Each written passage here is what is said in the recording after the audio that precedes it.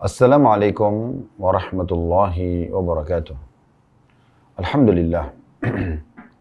Selalu saja lisan kita memuji dan memuja Allah. Sebagai seorang yang beriman, kita sangat yakin bahwasanya dua susunan kata ini, Alhamdulillah, adalah dua susunan kata syukur.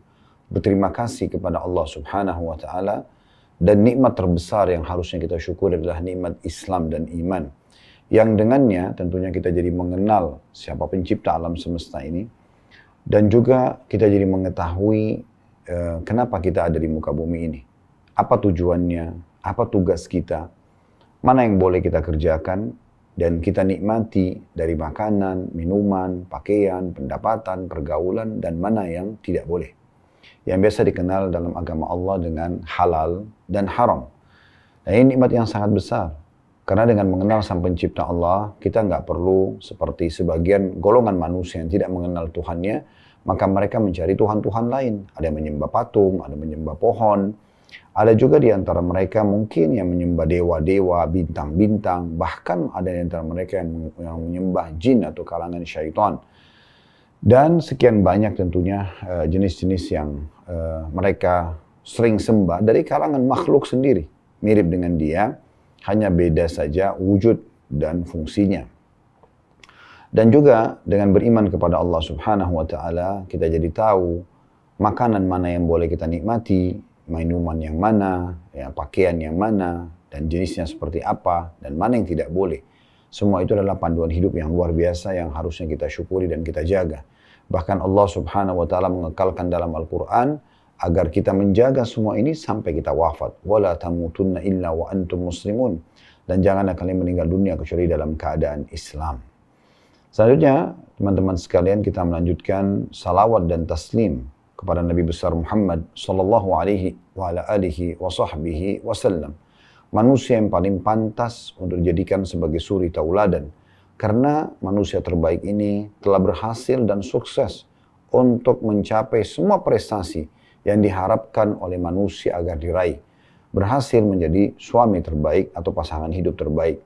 Kemudian juga memandu para istrinya untuk menjadi istri-istri yang terbaik. Sehingga mendapat gelar Ummul Mu'minin atau Ummahatil Mu'minin. Ibunya orang-orang beriman. Sehingga setiap muslimah bisa menjadikan istri beliau sebagai suri tauladan juga. Kemudian berhasil menjadi anak terbaik, orang tua terbaik, sahabat terbaik, pebisnis terbaik, politikus terbaik. Semuanya terbaik dan sukses, serta kita akan banyak melihat bagaimana dalam sejarah hidup beliau yang kedepannya insya Allah kita akan bahas secara detail dengan izin Allah Subhanahu wa Ta'ala, dan semoga Allah ikhlaskan niat kita semuanya.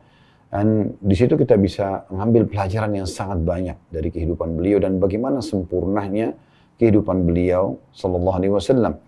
Dan tentunya buah tidak akan jauh dari pohonnya, sebagaimana kita tahu kalau kita jadikan beliau sebagai suri tauladan, kita pun akan sukses bersama beliau. Kita akan mengkaji sirah nabawiyah, dan tentunya kajian ini sudah ada di YouTube, kami sudah angkat. Namun kajian ini kami siaran ulang, atau kami akan coba memulangi lagi materi ini, mungkin dengan beberapa tambahan informasi dari yang sebelumnya, ataupun misal untuk mereview kembali, mengingatkan kembali kaum muslimin tentang sejarah hidup manusia terbaik, yaitu baginda Nabi sallallahu alaihi wasallam. Siapa di antara kita teman-teman sekalian tidak bangga untuk mencontohi orang yang dipilih oleh Allah Subhanahu wa Ta'ala secara khusus untuk membawa dan mengemban risalah langit, memperkenalkan pada manusia tentang siapa Tuhan, dan juga mengajarkan kepada mereka apa saja yang bisa membawa kepada kebahagiaan mereka. Bukan cuma di dunia, tapi juga di akhirat. Dan tentunya juga manusia yang sangat sempurna dari sisi fisiknya dan dari sisi akhlaknya.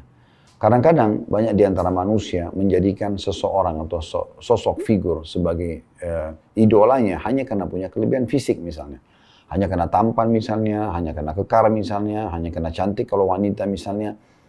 Ada juga orang mungkin karena karakter, bawaan seseorang, ya, karakter dia sangat baik, mulia. Ada juga mungkin orang karena hartanya, ada juga orang karena jabatannya. Namun semua itu ada pada figur yang kita pelajari ini. Atau manusia terbaik, Nabi Muhammad sallallahu alaihi wasallam. Saudaraku iman, dalam pembukaan kita, kita mungkin tidak akan masuk langsung ke sejarah hidup beliau, karena memang sudah menjadi satu cara dan tradisi kami dalam menjelaskan sirah nabawi ini. Kita akan coba mulai dulu dalam bahasan kita yang pertama, pendahuluan. Pendahuluan ini isinya lebih mengetahui kenapa kita harus belajar sirah nabawiyah, dan juga apa saja secara garis besar tentang sejarah kehidupan Nabi SAW. Serta juga kita tidak akan langsung masuk dalam kehidupan beliau, tapi kita akan masuk jauh sebelum kehidupan beliau, bermula daripada kehidupan kakek beliau, yaitu Nabi Ibrahim dan Nabi Ismail alaihimussalatu wassalam. Dan kita kalau belajar tentang sejarah para nabi, teman-teman sekalian, berarti kita sedang mempelajari sejarah yang real dan benar tentang kehidupan manusia. Ya. Dan sekarang alhamdulillah hari-hari di mana kami mulai membedah dan juga mengadakan serial Nabi, dimulai dari Nabi Adam alaihissalam. Kita sudah menyelesaikan pada waktu yang lalu di Masjid Nurul Iman di Blok M, alhamdulillah, dengan 2 episode. Jadi satu episode itu kurang lebih mendekati hampir 3 jam. Ya. Dan kita sudah menyelesaikan, dan insya Allah kedepannya kita terus berurut membahas Nabi Idris dan seterusnya sampai kepada Nabi Isa alaihissalam. Sementara Nabi Muhammad SAW sendiri yang paling panjang bahasan tentang sejarah beliau. Baik teman-teman sekalian, Allah Subhanahu wa Ta'ala sebagai pencipta, ini pendahuluan kita ya. Allah Subhanahu wa Ta'ala memang tidak menampakkan zatnya yang mulia. Dan itu tentu dengan hikmahnya. Kenapa dia tidak memperlihatkan dirinya pada kita? Di antaranya kata ulama, karena memang mata kita manusia dibatasi, tidak mampu untuk melihat Allah Subhanahu wa Ta'ala.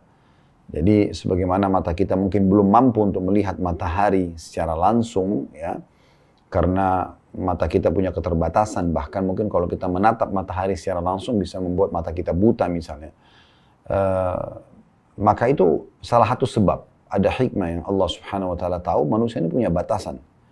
Dari sisi lain, Allah Subhanahu wa Ta'ala memang menjadikan untuk melihat zatnya yang mulia adalah nikmat terbesar di surga.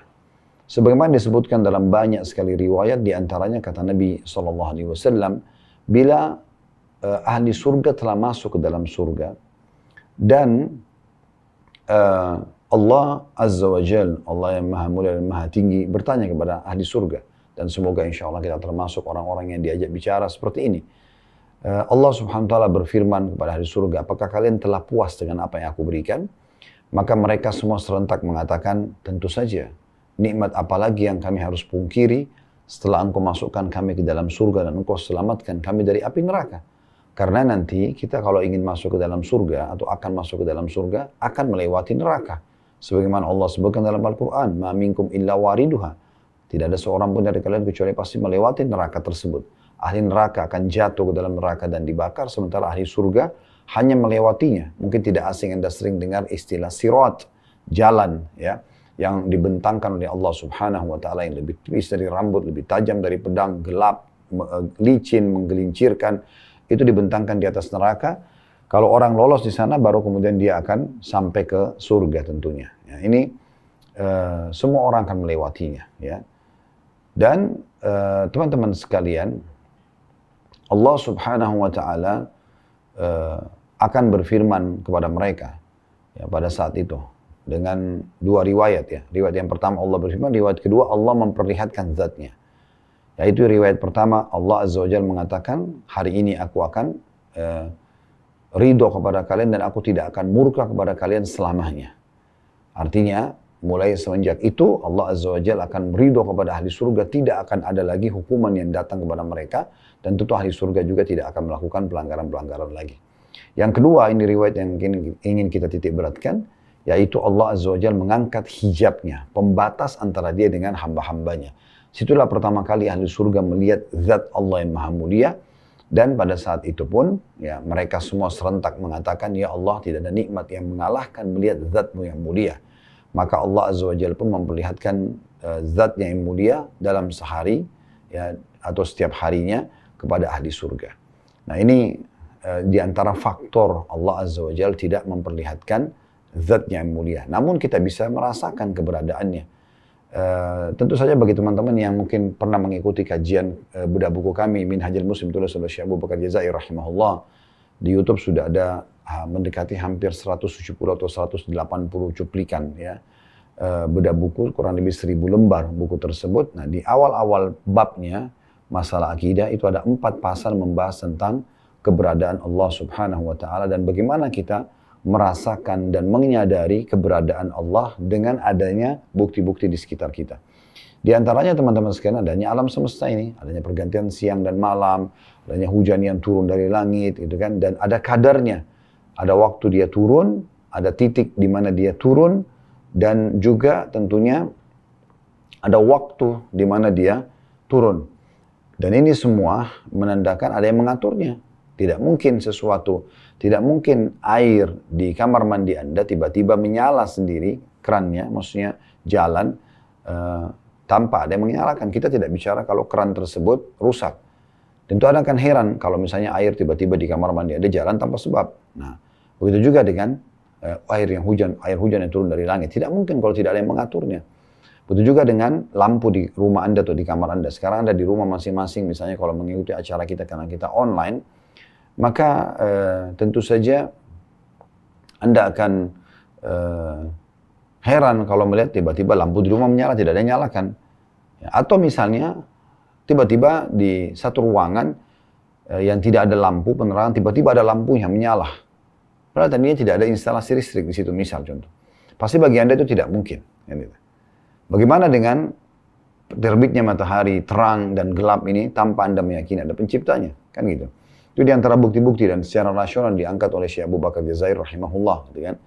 Belum lagi diri kita sendiri.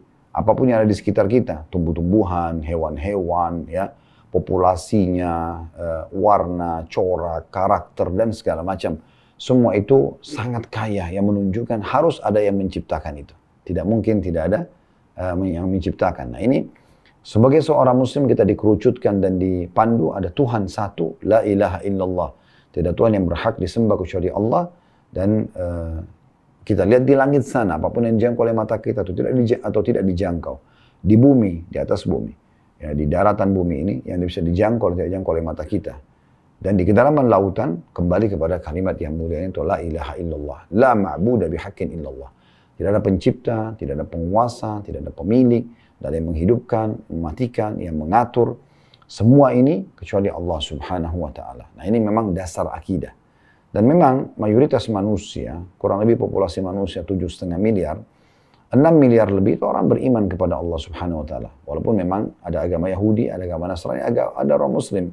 Sisanya orang yang menyembah berhala, Hindu, Buddha misalnya ya, atau orang ateis itu jumlahnya sangat sedikit. Artinya mayoritas juga manusia selain yang ada di alam semesta ini mengimani tentang keberadaan Allah Subhanahu wa ta'ala.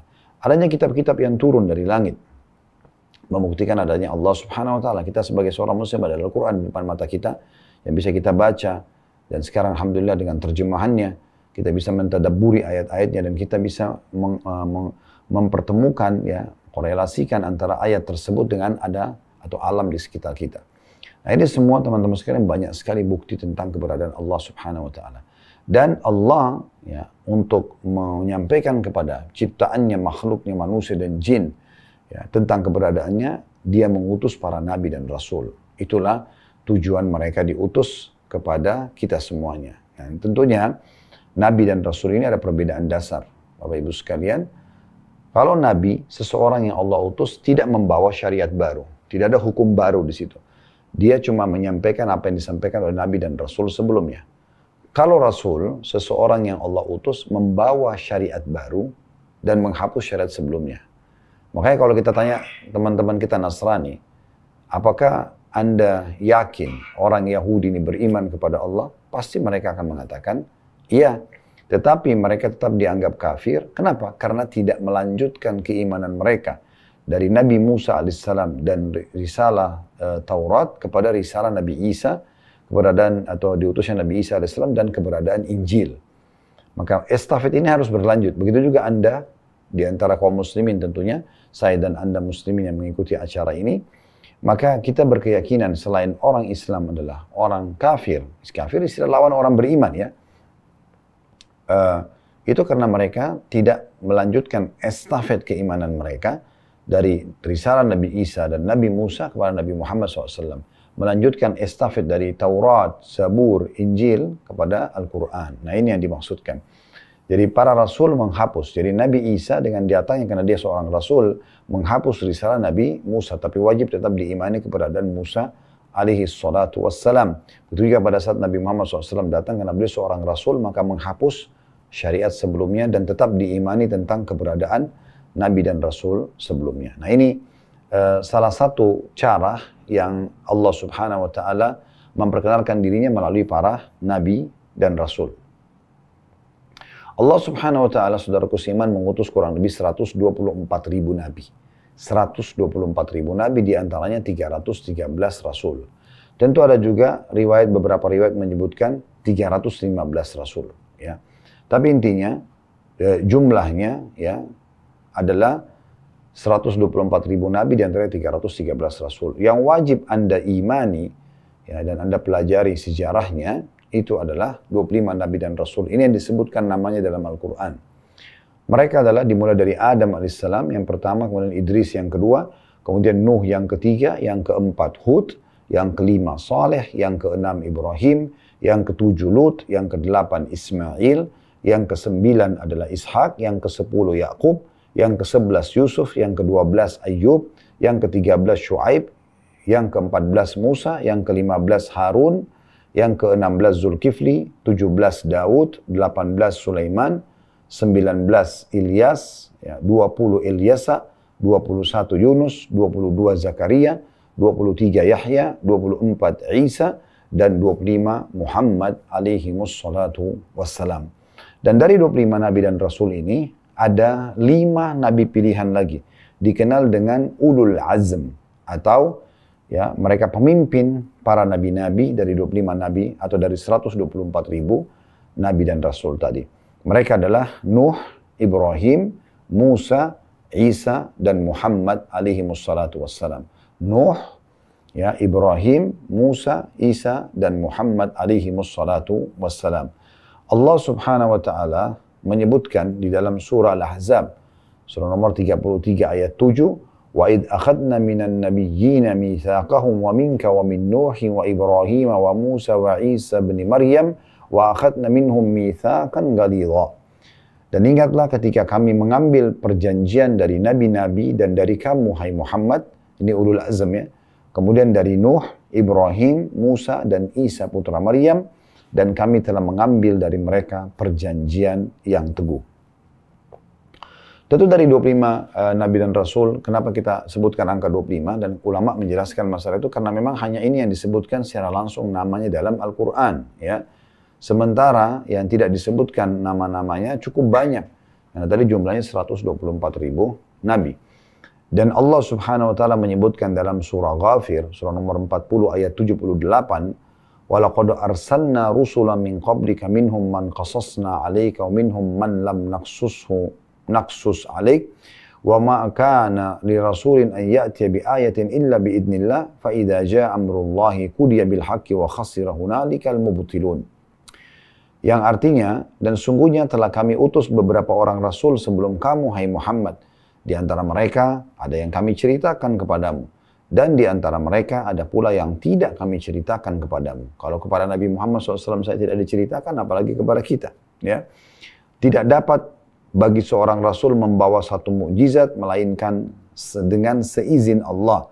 Maka apabila telah datang perintah Allah, diputuskanlah semua perkara dengan adil, maksudnya hari kiamat nanti, dan ketika itu rugilah orang-orang yang berpegang kepada batil. Mengerucut lagi teman-teman, saudaraku seiman, dari 5 Nabi Ulul Azm ini adalah Nabi Muhammad alaihi salatu wassalam. Ya, ini Nabi, ini pimpinan para Nabi, sudah. Bahkan pemimpin anak Adam semuanya. Di dalam hadis Bukhari, kata Nabi SAW, ya, Ana sayyidu wala Adam wala fakhr. Aku adalah pemimpin seluruh anak Adam. Tidak terkecuali dan tidak ada kesombongan di dalam hal tersebut.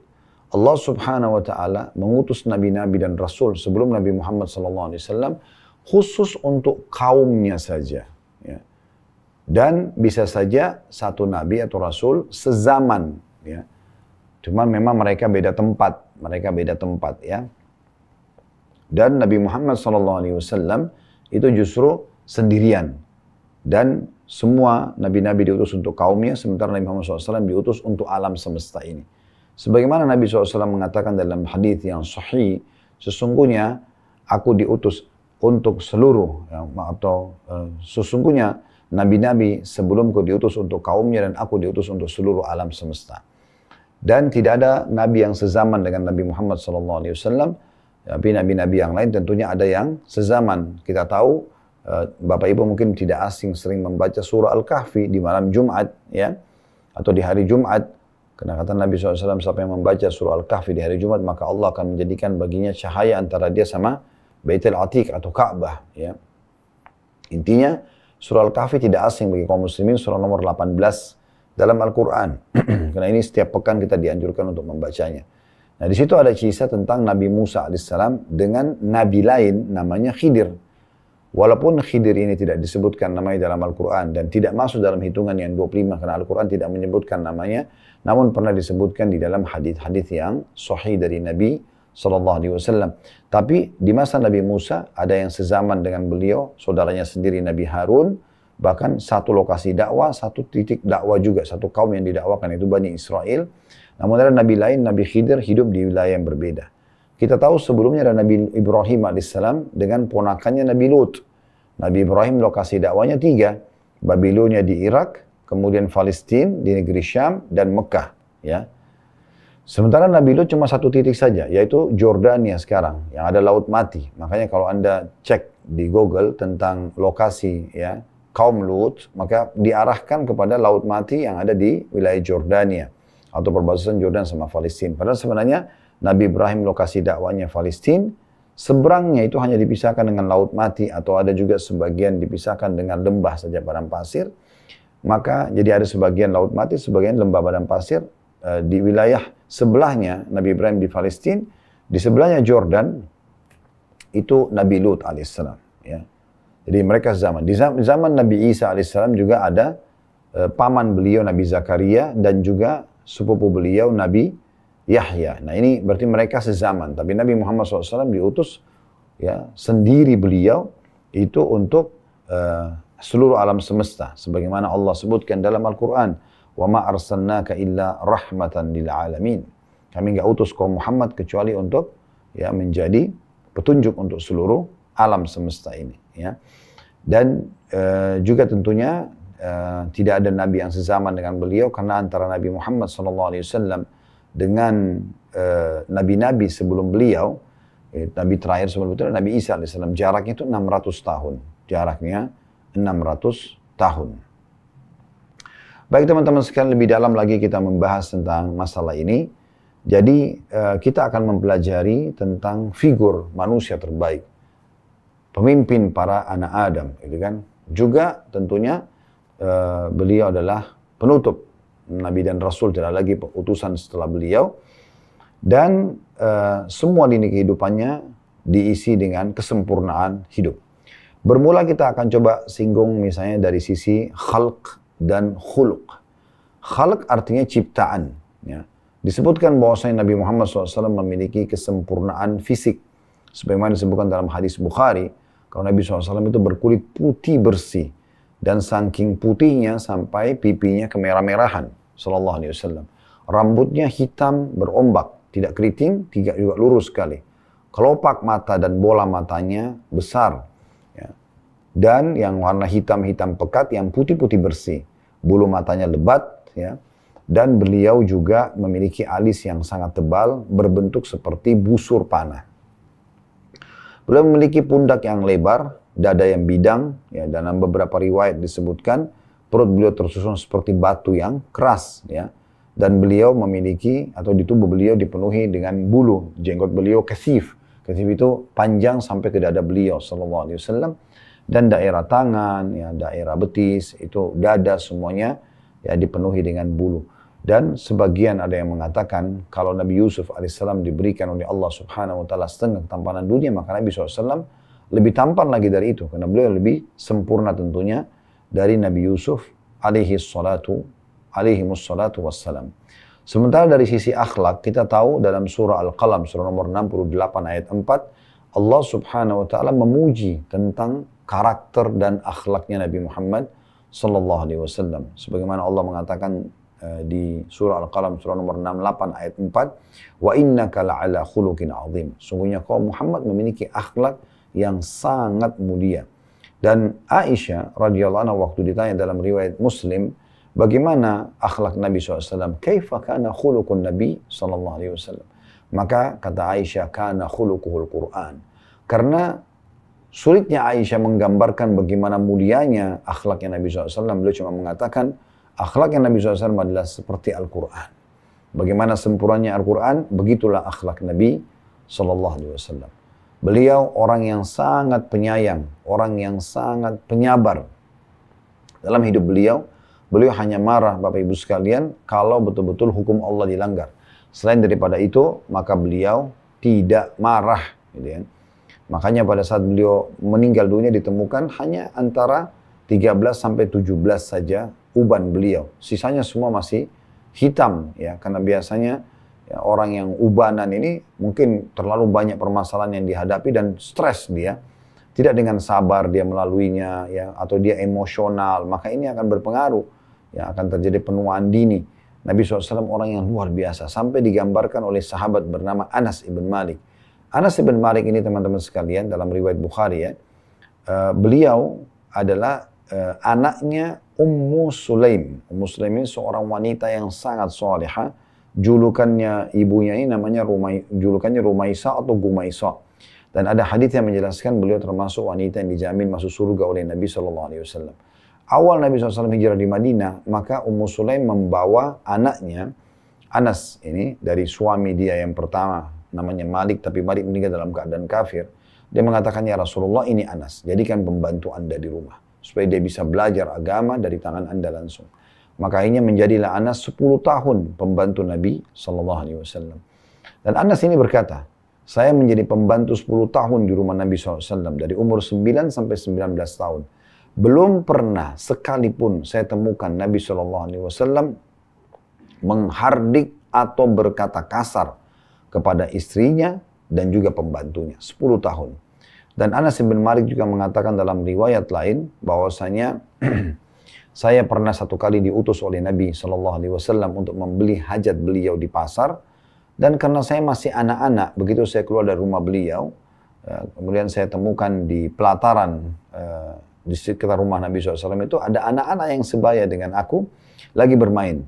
Kemudian aku pun lupa hajat Nabi SAW. Tiba-tiba aku dengarkan ada suara dari belakangku mengatakan, ya Unais. Ya Unais ini wahai Anas, ya, dipanggil ya. Tetapi orang Arab itu kalau mau memanggil sayang, biasanya ada satu retorika dalam bahasa Arab dikenal dengan ismu tasghir. Nama itu dikecilkan kalau mau dipakai untuk panggil sayang, ya. Mungkin Anda pernah dengar julukan Aisyah radhiyallahu anha, Nabi SAW memujinya. Dia karena wanita putih dan pipinya kemerah-merahan juga, ya, mirip dengan Nabi SAW. Maka bahasa Arabnya kalau perempuan mau digunakan untuk mu'annats atau perempuan itu hamra. Tapi karena Nabi SAW ingin panggil dengan panggilan sayang, Nabi SAW memanggil dengan Humaira, ya. Jadi maksudnya wanita yang dipuji oleh Nabi SAW karena memiliki kulit yang kemerah-merahan, ya, seperti itu ya. Nah, seperti itu. Jadi Nabi SAW memanggil Anas, ya, beliau tidak marah. Padahal ini pembantunya tidak membeli hajatnya, malah pergi main gitu ya.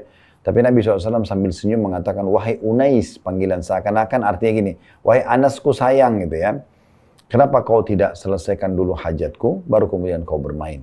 Jadi ini akhlak yang luar biasa. Ya, akhlak yang luar biasa. Kemudian juga teman-teman sekalian, dalam mempelajari nanti sirah Nabawi ini, ya, tujuan utamanya adalah bagaimana supaya kita menjadikan beliau sebagai suri tauladan. Dan Allah Subhanahu wa Ta'ala mengutus kepada kita dari kalangan manusia agar mudah kita untuk menciplak hidup beliau. Dan Allah berfirman dalam surah Al-Ahzab, surah nomor 33 ayat 21, yang bunyinya, laqad kana lakum fi rasulillahi uswatun hasanatun liman kana yarjullaha wal yawmal akhir wa dzakarallaha katsira. Sesungguhnya telah ada pada diri Rasulullah SAW suri tauladan yang baik bagimu. Contohi, ciplak hidupnya, cara makannya, cara minumnya, cara tidurnya, segala macam, berumah tangga, berbisnis, berpolitik, apa saja ya. Semuanya ya, kita mengikuti beliau sebagai suri tauladan bagi orang yang mau mengharapkan rahmat Allah dan juga akan mendapatkan balasan yang baik di akhirat tentu dengan surga, dan juga dia ingin berzikir kepada Allah dengan zikir yang banyak. Dengan mempelajari sejarah manusia terbaik ini atau Nabi SAW yang dipilih langsung oleh Allah Subhanahu Wa Taala, ya banyak sekali manfaat-manfaat yang akan didapatkan. Nah sekarang kita coba susun per poin ya, manfaat dari mempelajari sirah Nabawi ini. Apa kira-kira manfaatnya?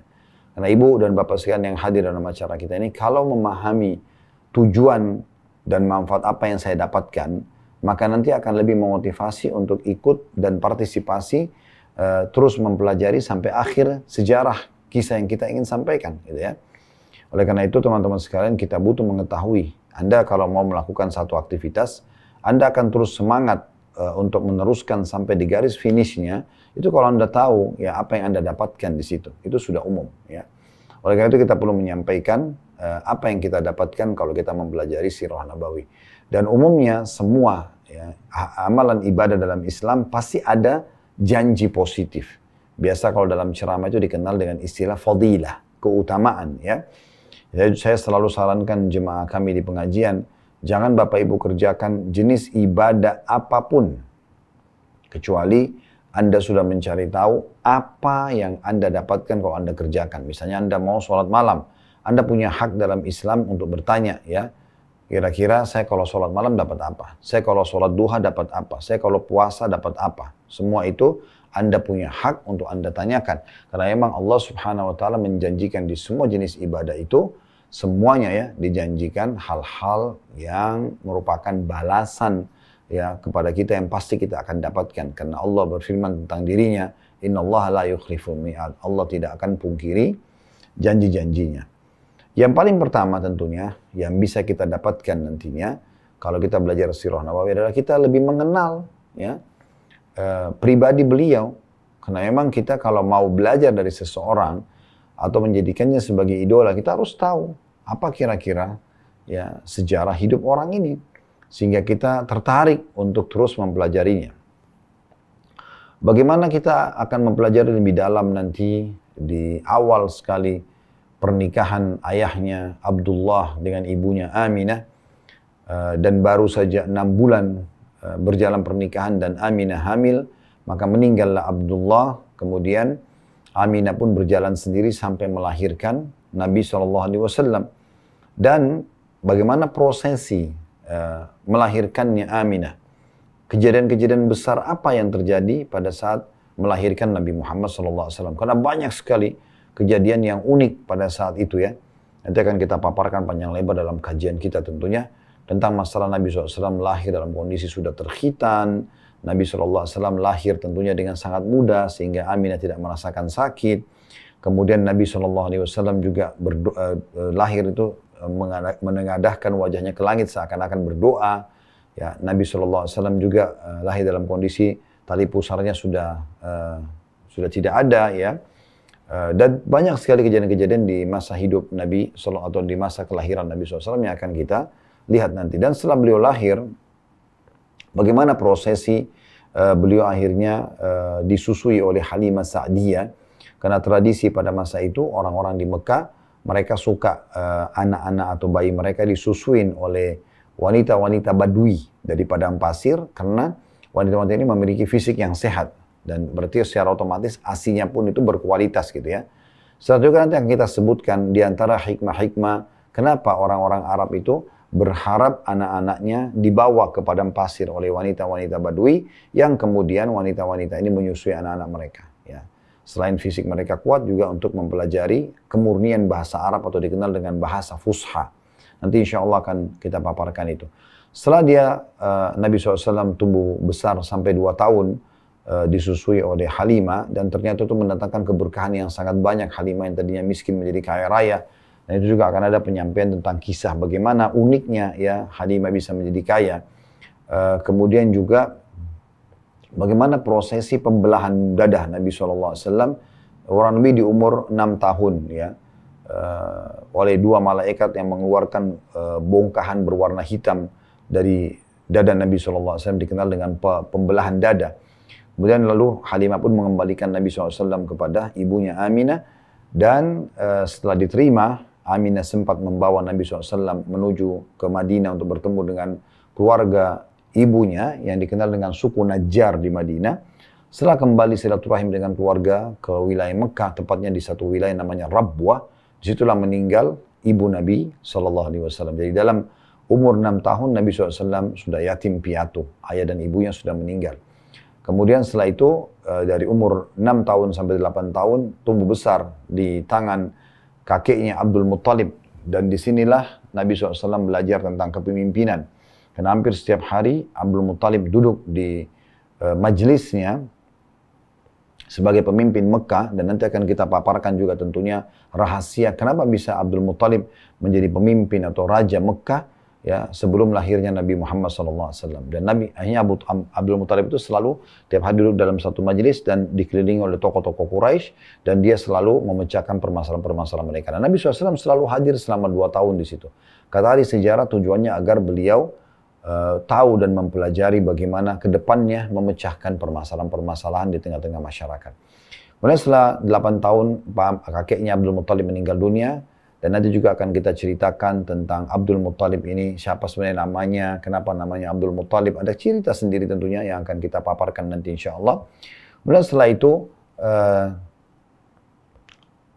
dari umur 8 tahun sampai umur 25 tahun beliau tinggal bersama pamannya Abu Talib. Dan kebetulan Abu Talib ini karena orang miskin dan memiliki anak yang banyak, maka di umur 8 tahun itulah mulai Nabi SAW bekerja sebagai pengembala kambing, yang pada masa itu profesi mengembala kambing adalah profesi yang sangat baik, sangat mulia gitu ya. Profesi yang sangat baik dan sangat mulia, karena memang profesi ini ya, pada waktu itu di Mekah sangat terkenal gitu ya, dan mendatangkan income. Orang-orang rata-rata rumah-rumah masyarakat waktu itu punya gembalaan domba, dan mereka butuh orang yang amanah yang akan menjaga domba-domba mereka dari serangan serigala dan yang lainnya gitu ya. Hewan-hewan, dan juga diberikan makan yang cukup sehingga gembalaan tersebut berkembang biak. Dan pada saat itu Nabi SAW mengembala domba, ya, mengembala domba. Dan akhirnya beliau punya income, dan dari situlah beliau membantu pamannya yang dalam kondisi miskin. Terus saja berjalan, Nabi SAW sudah punya income pada saat itu dari 8 sampai umur 21 tahun. Sebagian riwayat menyebutkan sampai umur 25 tahun. Ya. Yang jelas Nabi SAW mengatakan dalam hadis Bukhari, tidak ada seorang Nabi pun kecuali pasti mengembala domba. Dari umur 21 tahun sampai umur 40 tahun di masa kenabian, kurang lebih 19 tahun. Kalau tadi mengembala kambing sekitar 13 tahun. Dari umur 8 sampai 21, sekitar 13 tahun. Kalau kita ambil riwayat yang lain, dari umur 8 sampai 25 tahun, itu berarti tentunya lebih dari 13 tahun ya. Berarti beliau sekitar, berarti 14 tahun kalau 22, 15 tahun kalau 23, kemudian 16 tahun, berarti sekitar 17 tahunan beliau menjadi pengembala domba. Tapi kalau kita pegangi, dan ini yang sering saya pegangi riwayatnya, itu dari umur sampai umur 21 tahun. Nah 21 sampai umur 40 tahun, ini berarti 19 tahun. Ini yang jarang ditangkap oleh atau dipelajari oleh kaum muslimin, bagaimana beliau justru terjun ke bisnis ya, selama 19 tahun. Nabi SAW kemudian jadi pengusaha, dan pengusahanya unik gitu ya. Nanti akan kita paparkan panjang lebar bagaimana beliau mulai usahanya, sampai akhirnya di umur 25 tahun beliau menikah dengan Khadijah. Dan bagaimana awal kisah pernikahannya dengan wanita mulia Khadijah yang merupakan wanita terkaya di Mekah pada masa itu. Kemudian setelah menikah, Allah Subhanahu wa taala mengaruniahi Nabi SAW 6 orang anak dari Khadijah yang berumur 40 tahun di masa itu. Waktu Nabi SAW berumur 25 tahun. Dan dari anak-anak ini tentunya ada 6 orang ini, ada 2 laki-laki dari Khadijah ya. Itu Al-Qasim dan Abdullah. Ini semua meninggal waktu masih bayi. Dan ada 4 anak perempuan, Ruqayyah, Ummu Kalthum, Zainab, dan Fatimah. 3 anak perempuan ini dan 2 anak laki-laki tadi meninggal di masa hidup Nabi SAW. Kecuali Fatimah, Fatimah nanti akan meninggal 1 tahun setelah meninggalnya Nabi SAW. Tentu Nabi SAW punya anak 7. 6 dari Khadijah dan 1 dari Maria. Dari Maria, Ibrahim namanya juga meninggal waktu masih bayi. Nabi SAW, teman-teman sekalian, sangat dicintai oleh penduduk Mekah. Bahkan mereka memberikan julukan Al-Amin, ya, orang yang sangat terpercaya. Nanti juga akan kita paparkan panjang lebar. Kenapa beliau diberikan julukan Al-Amin? Apa awal kisahnya? Kenapa bisa keluar julukan ini? Dan bagaimana penduduk Mekah sangat percaya dengan Nabi SAW, dan itu terbukti terutama pada saat terjadinya renovasi besar-besaran Ka'bah, dan mereka suku-suku Arab Quraisy pada saat itu di Mekah mereka bertikai siapa di antara mereka yang akan meletakkan Hajar Aswad di tempatnya. Hampir saja terjadi pertumpahan darah dan akhirnya mereka sepakat siapapun yang masuk dari pintu Bani Syaibah, pintu utamanya Mekah, maka dia akan dipilih menjadi hakim. Subhanallah, semua mata menuju ke pintu itu dan ternyata yang masuk di pintu Nabi Muhammad SAW, dan serentak penduduk Mekah mengatakan as-sadiqul amin, as-sadiqul amin radina. Orang yang jujur dan terpercaya, orang yang jujur dan terpercaya, kami sudah ridho. Maka Nabi SAW pun menjadi penengah setelah hampir saja mereka saling menumpahkan darah, berebut siapa yang meletakkan Hajar Aswad kembali ke tempatnya. Tentu kisah lengkapnya akan kami sampaikan nanti, atau kita akan bahas nanti ke depannya, ya. Ini tentunya di antara kisah-kisah, dan kemudian Nabi SAW di umur 40 tahun diutus menjadi Nabi. Bagaimana prosesi awal beliau diutus jadi Nabi tentunya, ya. Bagaimana kejadian yang sangat dahsyat di Gua Hira, di Jabal Nur. Kemudian juga wahyu di ayat pertama dalam surah Al-Alaq turun, itu seperti apa prosesinya. Jibril datang dalam postur aslinya sebagai malaikat. Kemudian Nabi SAW pun akhirnya dinobatkan menjadi Nabi. Nah, nanti kita akan pelajari semua panjang lebar itu tentunya, ya. Dan Allah Subhanahu wa Ta'ala memerintahkan kita untuk, ya, mengimani semua yang berhubungan dengan sejarah hidup beliau sampai tentunya beliau jadi Nabi di umur 40 tahun dan beliau tinggal selama 13 tahun di Mekah setelah penobatan jadi Nabi, yaitu dari umur 40 sampai 53 tahun. 10 tahun pertama semua terjadi penolakan yang sangat luar biasa dari penduduk Mekah, gitu kan. Dan kita akan ceritakan panjang lebar siapa saja yang menjadi penolak dakwah Nabi SAW, siapa saja yang beriman di saat itu. Bagaimana gejolak yang terjadi di kota Mekah, ya, pada masa 10 tahun itu. Dan karena Nabi SAW setelah 10 tahun melihat sepertinya tidak ada hasil dari mendakwahi orang-orang Quraisy. Karena dari 10 tahun berdakwah itu yang beriman di Mekah itu hanya 153 orang.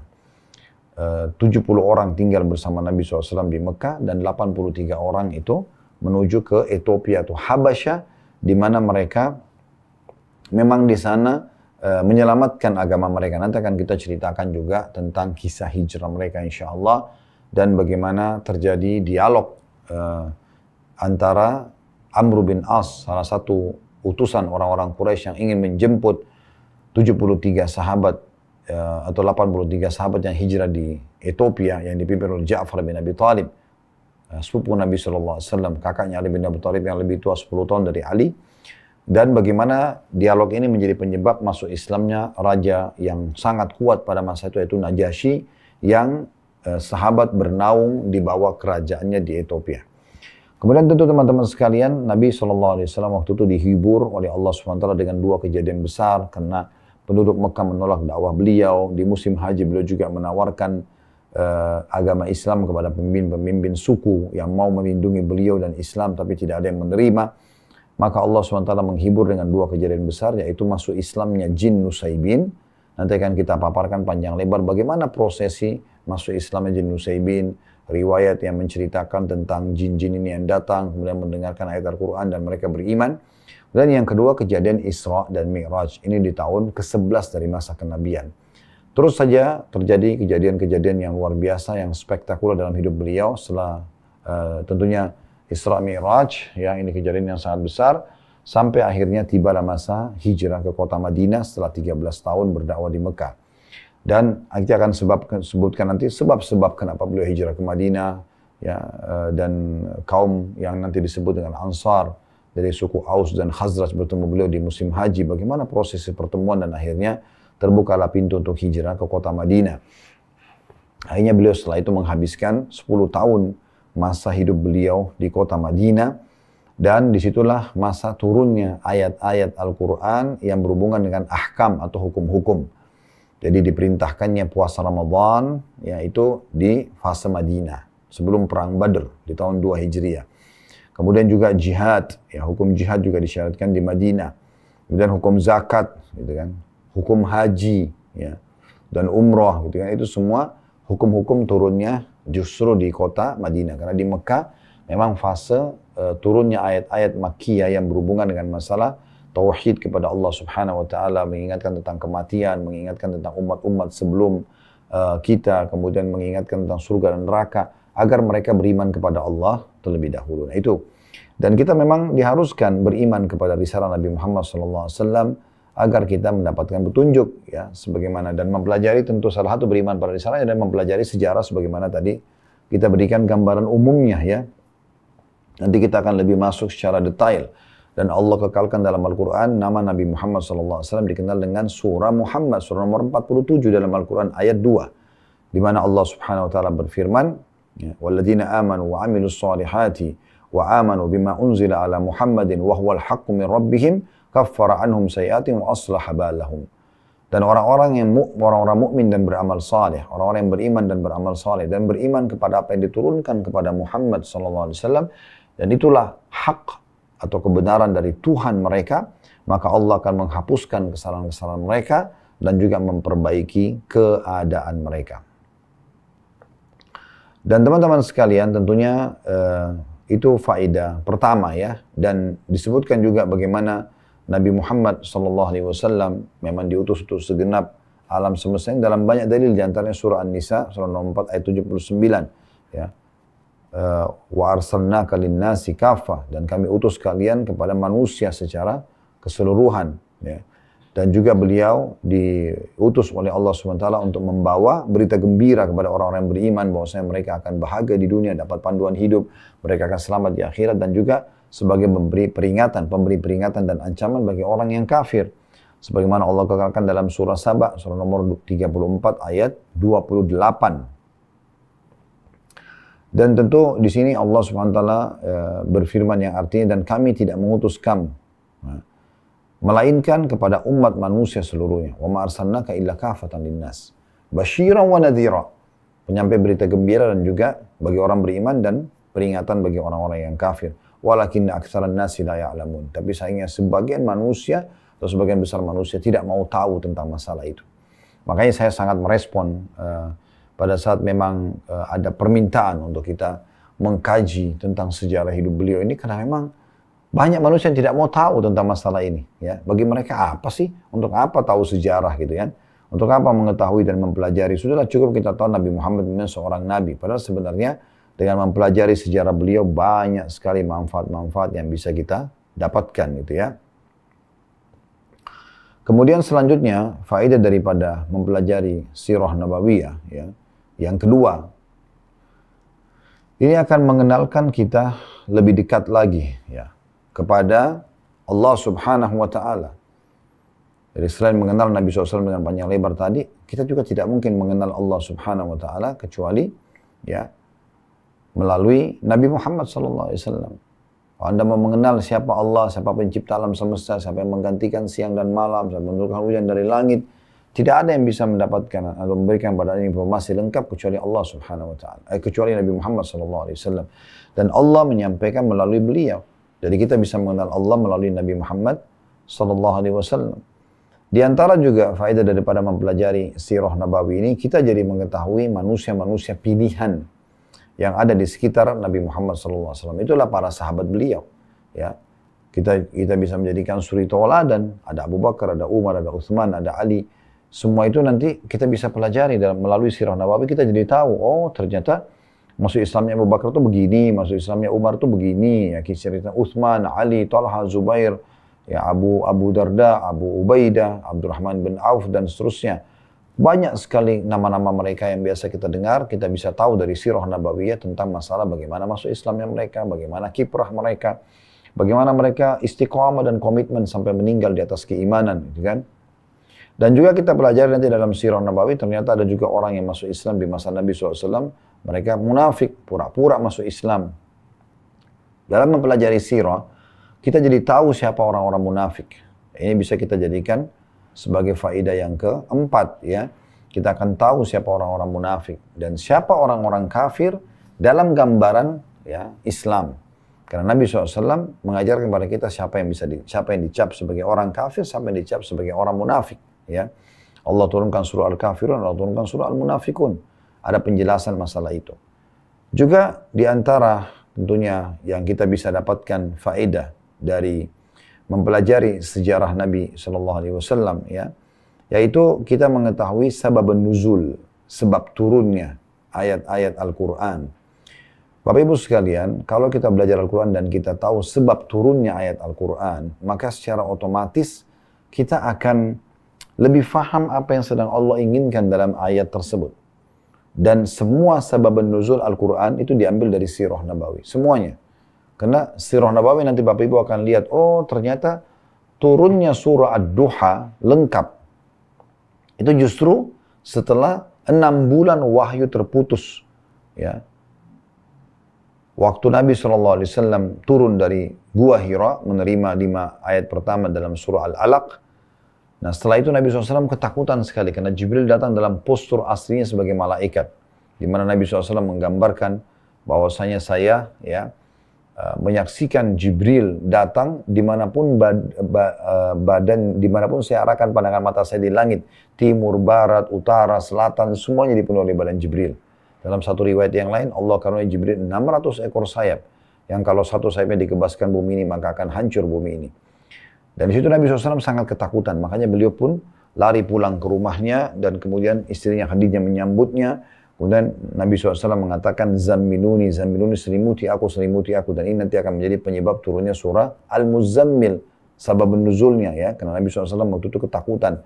Kemudian setelah itu Allah SWT putuskan wahyu 6 bulan.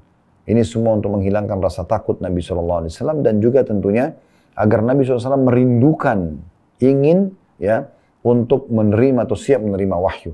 Terbukti selama 6 bulan itu Nabi SAW selalu keluar ke padang pasir, kemudian menengadahkan wajahnya ke langit, berharap ada wahyu lagi turun. Makanya setelah itu Allah turunkan surah Ad-Duha, Bismillahirrahmanirrahim, Wad-Duha, demi waktu pagi, Wal-Laili idza saja, pada waktu malam juga, ya. Ma wadda'aka rabbuka wa ma qala, Tuhanmu tidak meninggalkanmu, hai Muhammad, yang menyanyiakanmu, walal akhiratu khairun laka minal ula, dan akhirat lebih baik bagimu daripada dunia, wala sawfa yu'tika rabbuka fatarda, Tuhanmu akan memberikanmu karunia dan engkau akan puas dengan itu. Alam yajidika yatiman fa'awa, bukankah dia telah menemukan kamu dalam kondisi yatim, kemudian dia melindungimu. Wajadaka dhallan fahada, menemukanmu dalam kondisi sesat, tidak mengenal Tuhanmu, tidak kenal agama Islam, lalu kau diberikan petunjuk. Wa wajadaka a'ilan fa'agna, mendapatkanmu dalam kondisi miskin, susah, pada saat ibu ayahmu meninggal, kemudian dia mengayahkanmu, ya. Sampai akhir surah Ad-Duha. Nah itu turun semua di kejadian setelah 6 bulan terputus wahyu misalnya.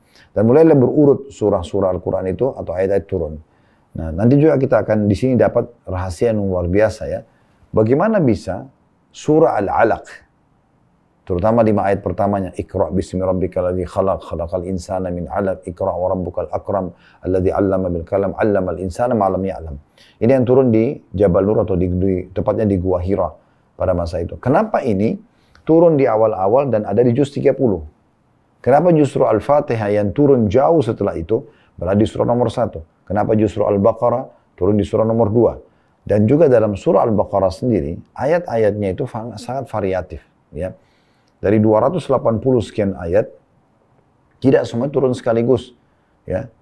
Ada yang turun pada waktu ini, ada yang turun di beberapa waktu setelahnya. Tapi bagaimana bisa ini menjadi satu surah? Bagaimana bisa ada urutan surah Al-Quran 114 surah itu dari 1 Al-Fatihah, surah nomor 1, surah nomor 2, Al-Baqarah nomor 3, Al-Imran nomor 4, An-Nisa nomor 5, Al-Ma'idah nomor 6, Al-An'am. Begitu seterusnya, ya. Al-Anfal, At-Taubah, Yunus, sampai surah An-Nas.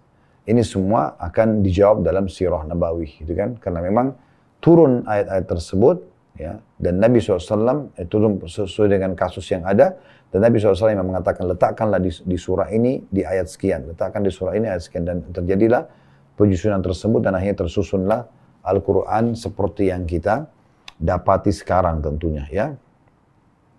Jadi ini kita dengan mempelajari sirah Nabawi, kita jadi tahu teman-teman sekalian sebab nuzul ayat, sebab turunnya ayat Al-Quran, ya. Dan ini luar biasa ini, ya. Banyak sekali surah-surah Al-Quran, kita jadi tahu sebab apa yang Allah inginkan di situ justru dengan mempelajari sirah Nabawi, ya.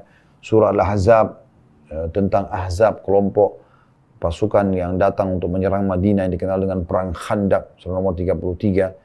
Di dalamnya juga diceritakan tentang kondisi orang munafik, tentang perang Tabuk. Ini nanti akan kita juga dapati dalam pelajaran sirah Nabawi. Juga termasuk Bapak Ibu sekalian, Anda akan tahu sababul wurud hadis. Kalau tadi sebab turunnya Al-Quran, kalau sekarang kita bahas tentang sababul wurud. Kalau Al-Quran ada namanya sababun nuzul, sebab turunnya ayat-ayat Al-Quran, maka dalam hadis ada namanya sababul wurud. Sebab hadis disebutkannya. Tentu tidak semua ayat Al-Quran ada sebab turunnya. Ada ayat Al-Quran turun tanpa sebab. Hadis juga begitu. Ada hadis yang Nabi sebutkan karena ada kasus terjadi. Ada juga hadis yang Nabi sebutkan memang kena wahyu turun dan Nabi sampaikan kepada umat. Tapi yang kalau ada sebabnya dikenal dengan sababul wurud, sebab hadis disebutkan. Contoh misalnya, Nabi SAW pernah masuk ke dalam sebuah pasar, kemudian beliau melihat ada satu penjual, dan penjual ini menjual gandum. Dia memiliki gandum tumpukan yang kelihatannya bagus, tetapi waktu Nabi SAW masuk dan melihat di bagian dalam susunan gandum itu ternyata basah. Jadi dia mencampur antara yang buruk sama yang basah sama yang kering, ya. Maka Nabi SAW tanya, apa ini? Ya, dia mengatakan, sesungguhnya ini basah kena hujan ya Rasulullah. Maka Nabi SAW mengatakan, hendaknya engkau memperlihatkan yang basah ini dan dipisahkan dari yang kering agar manusia melihatnya dan mereka bisa memilih, terserah mau beli yang mana, gitu ya. Lalu Nabi SAW mengatakan dalam hadis yang masyhur, man ghasyana falaysa minna, siapa yang menipu kami bukan dari golongan kami, bukan dari golongan kami, gitu ya.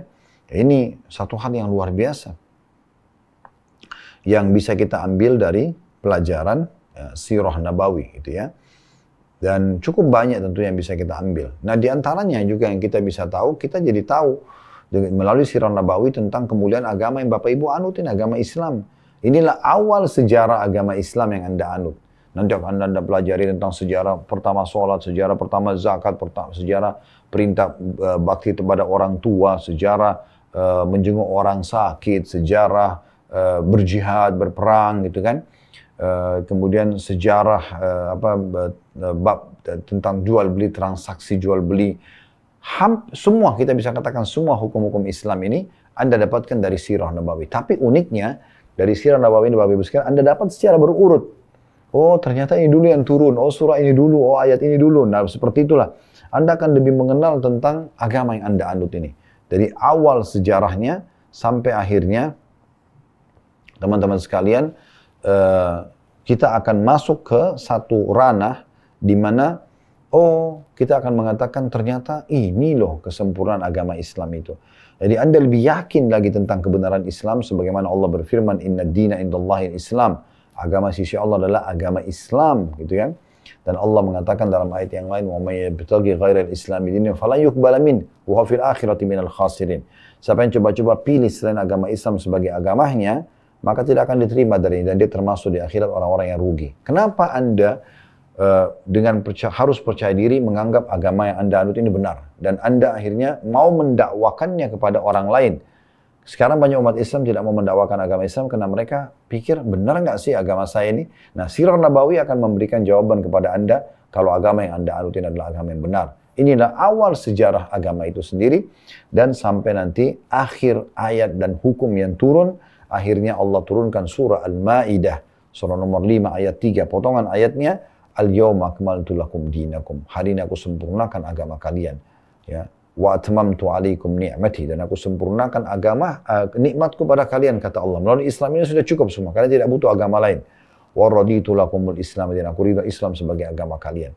Maka dengan itu tanda-tanda wafatnya Nabi Muhammad SAW, dan beliau akhirnya meninggal setelah agama ini disempurnakan atau tersempurnakan dengan beliau menyampaikan semua amanah agama yang ada di pundak beliau kepada umat manusia. Dan tentu setelah itu estafetnya berjalan dilanjutkan oleh para sahabatnya. Dan alhamdulillah di playlist YouTube kami sudah ada serial sahabat lebih dari 40, mendekati 50 serial sahabat ya. Bagi Bapak Ibu yang belum tahu, kami ada kajian setiap sebulan sekali juga, itu Sabtu kedua di Blok M Square, di setiap pekan kedua, Sabtu kedua ya. Jam habis duhur sampai asar. Kita selang-selingkan ya. Sebulan ini misalnya kita bahas sejarah Nabi, bulan depan kita akan bahas sejarah sahabat. Karena bulan lalu kita sempat bahas pekan kedua tentang sejarah Nabi Adam alaihissalam. Kita mulai dengan Nabi yang pertama, nanti akan menyusul Nabi Idris dan seterusnya berurut sampai Nabi Isa alaihissalam. Sementara Nabi Muhammad SAW sudah ada tentu sejarah yang kita sudah bahas.